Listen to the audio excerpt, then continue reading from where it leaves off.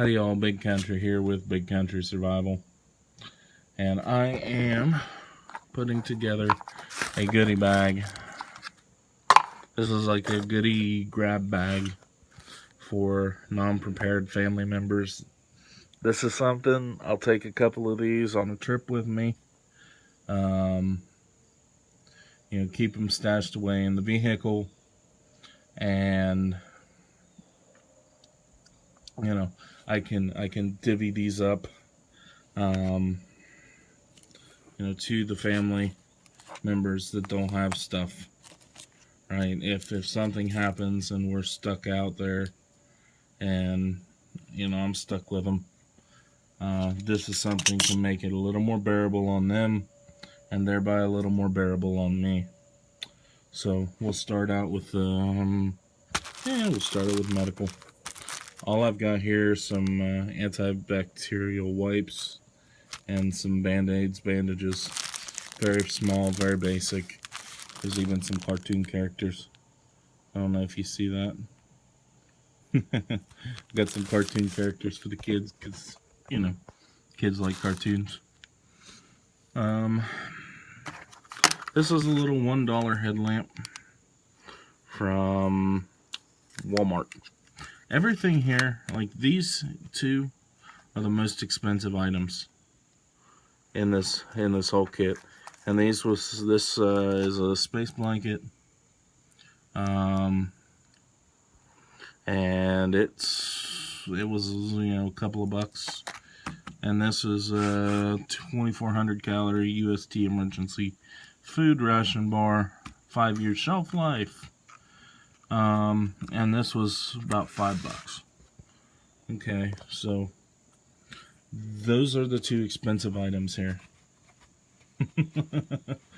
And I think they're pretty expensive considering who it's going to.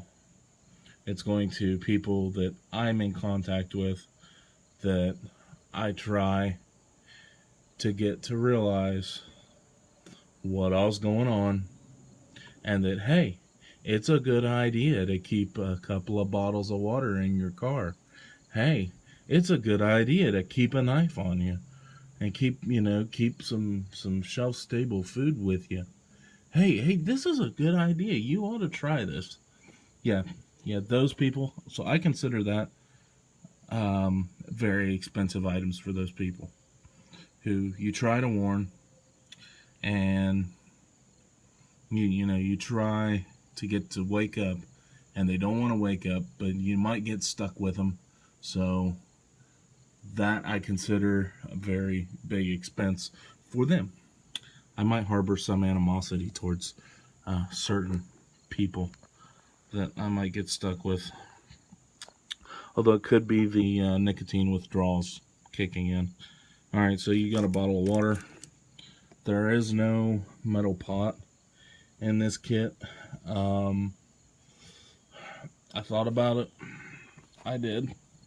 I really thought about it, and I came to the conclusion that, you know what? You can scrounge around in the garbage and find a tin can to boil you some water. Most likely. So, if you wanted a good actual cook pot, you should have prepped. Because I've been warning you. I've been trying to talk to you. Just like that's what all of this is something that'll get them through. But hey, if they wanted the good stuff, they should have prepped, and they can shut up and be glad that I'm giving them this. And here's a rain poncho. Was $1 at Dollar Tree. You can get them for $1.97 all day long, either Walmart or Dollar Tree. They're cheap. I mean, that is what it is. Little box cutter knife. If you haven't seen my video on making your own cordage, making free cordage, basically I make cordage with plastic bottles. So you can look at that. and see why I like those knives as well as I do. Here's my little fire kit that they're gonna get. A couple of tea light candles, one lighter, and snuff. Yeah, no. Empty can. Nope. Vaseline cotton balls. And it's all gonna go in this little cloth bag that I got from work. I get them for free. So, I'm a scrounger. Alright. And now this is the last thing that they're getting. And it is some lime green paracord, 25 feet of it.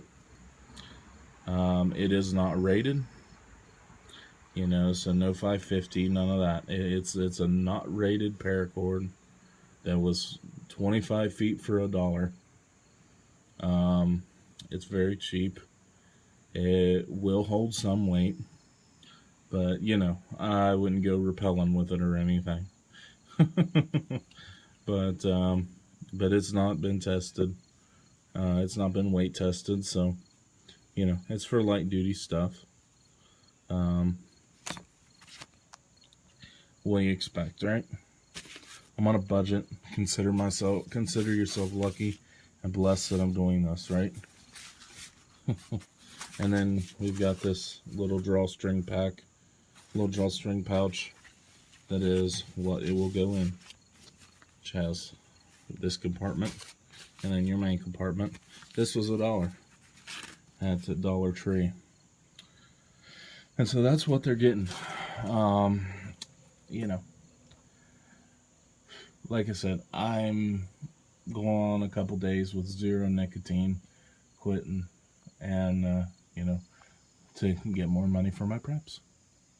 And that's what this is for, is a way to prep for people that don't want to help themselves, that I'm probably going to get stuck with, at least if it happens while I'm on a trip,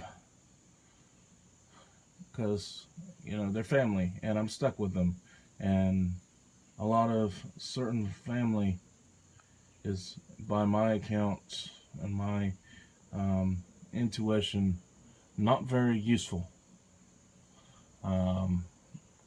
But I'm stuck with them, so not that they're mean, hateful, or anything like that. They just have, you know, they have no real good skills.